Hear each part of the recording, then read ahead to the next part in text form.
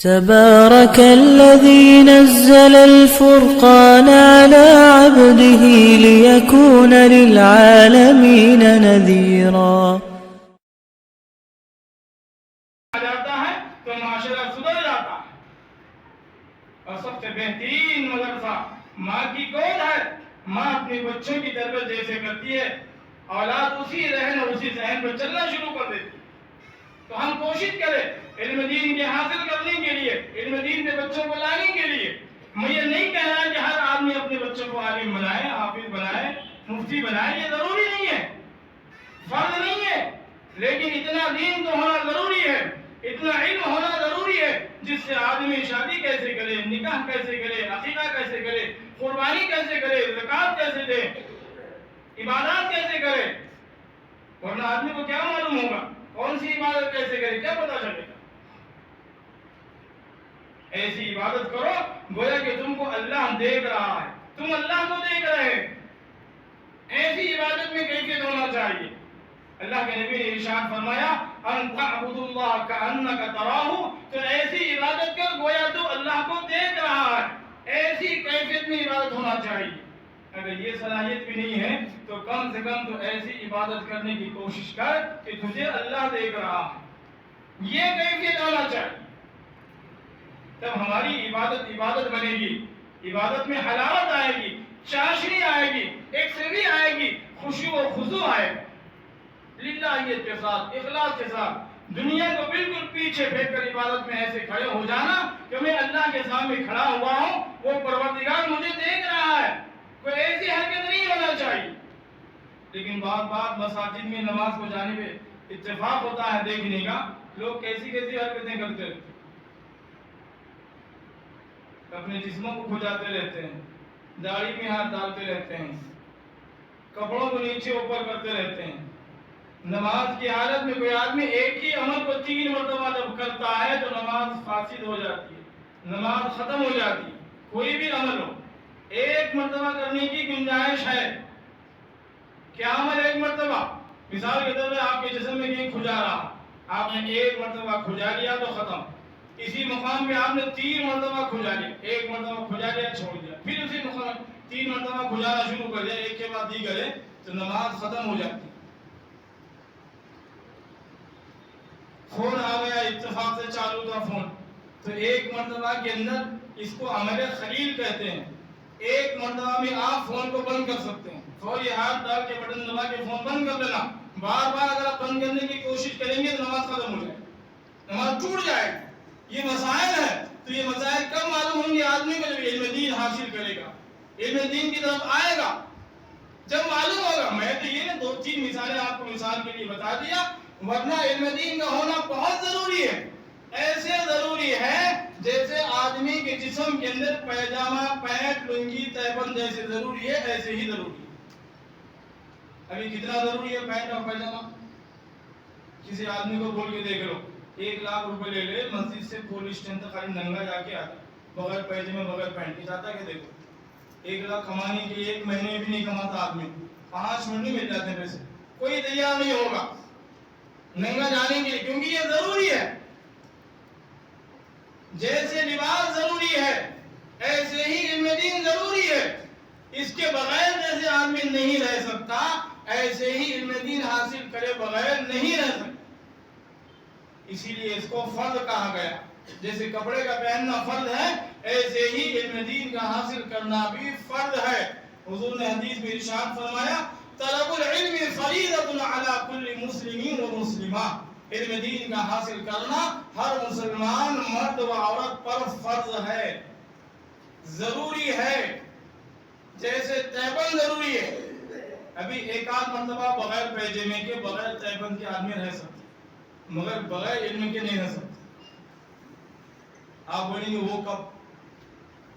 آپ کے پاس کپڑے نہیں ہیں, بالکل خالی ہے, کچے ہے, پہننے کے لیے کچھ بھی نہیں ہے, آپ مکان میں اکیلے ہیں, تنہا ہے, تو بغیر کپڑوں کے رہ سکتے ہیں دروازہ بند کر کے؟ رہ سکتی نہیں, تھوڑی دیر کے لیے. حمام میں چلے گئے, آپ نے کپڑے پورے اتار دیے غسل کرنے کے لیے, بغیر کپڑے کے رہنا نہیں رہ رہا آدمی. یہ بحالت مجبوری کے مسائل. فتوا ہے اس کے اوپر، لیکن تقویٰ تو یہ ہے کہ بغیر اس کے رہنا ہی نہیں چاہیے، بغیر علم دین حاصل کرے کے رہنا ہی نہیں چاہیے۔ تقویٰ الگ ہے، فتوا الگ ہے۔ فتوے کے اندر روزے کی حالت میں انجیکشن لینا جائز ہے، درست ہے، لیکن تقویٰ کیا ہے؟ روزے کی حالت میں انجیکشن نہیں لینا چاہیے، چاہے جان چلی جائے۔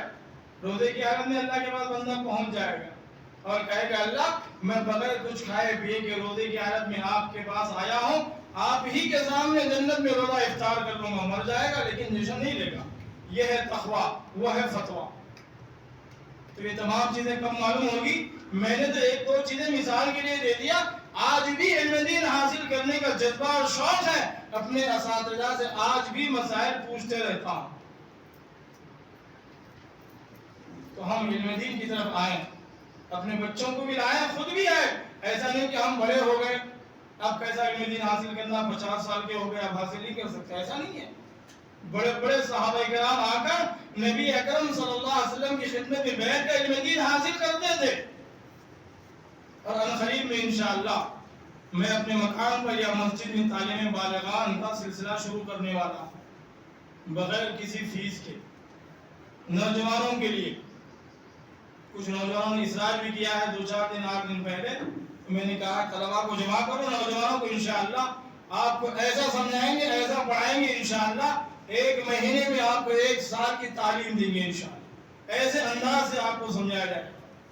تو کچھ نوجوان تیار ہو رہے ہیں، تو ہم بھی کوشش کریں علم دین کو حاصل کرنے کے لیے، اپنے مسائل کو سیکھنے کے لیے، نماز کیسے پڑھنا، قربانی کیسے دینا، عقیقہ کیسے کرنا، زکوٰۃ کیسے دینا، یہ موٹے موٹے مسائل۔ بہت سارے لوگوں کے گھروں میں انتقال ہو جاتا ہے، اتنی بھی قابلیت نہیں ہوتی کہ آدمی نماز جنازہ پڑھے، حالانکہ نماز جنازہ اتنی آسان ہے، اتنی آسان ہے، عام نمازوں سے بھی آسان ہے۔ عام نمازوں میں کیا پڑھنا پڑتا ہے؟ سورہ فاتحہ بھی پڑھنا، ضم سورہ بھی کرنا، التحیات بھی پڑھنا، درود شریف بھی پڑھنا، دعائے معصورہ بھی پڑھنا۔ یہ تمام چیزیں پڑھنے کے بعد فجر کی نماز، ظہر کی نماز، جمعہ کی نماز ہوتی ہے، مگر نماز جنازہ یہ سب کہاں ہے؟ التحیات پڑھنا ہے، سورہ فاتحہ پڑھنا ہے، کتنی آسان نماز ہے، لیکن ہم نے اس پہ غور نہیں کیا تو ہم نے سیکھا نہیں۔ غور اگر کریں گے تو بڑی مشکل سے 10-20 منٹ، آدھے گھنٹے میں آدمی نماز جنازہ سیکھ لیتا۔ اپنے باپ کے مرنے پہ، بھائی کے مرنے پہ، بہن کے مرنے پہ خود آدمی نماز جنازہ پڑھا سکتا ہے، کتنا آسان۔ شروع میں ثنا پڑھ لینا ہے، اس کے بعد درود شریف پڑھنا ہے، اس کے بعد دعائے میت کی دعا پڑھنا ہے، اللہم اغفر لحینا ومیتنا وشاہدنا وغائبنا وصغیرنا وکبیرنا، جو دعا ہے وہ دعا پڑھنا ہے۔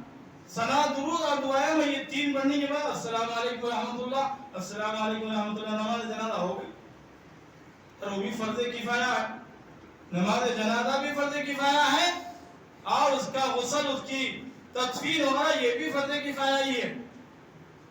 تو یہ تمام چیزیں آدمی کو کم معلوم ہوگی جب علم کی طرف آئے گا، سیکھے گا، اور جب سیکھنا شروع ہو جائے گا خود بخود اسے جذبہ پیدا ہوگا، میں نے تو 10-20 دنوں میں اتنا سیکھ لیا، اگر میں 1 سال پڑھوں گا تو کیا کیا نہیں سیکھ سکتا، یہ جذبہ اس کے اندر آئے گا۔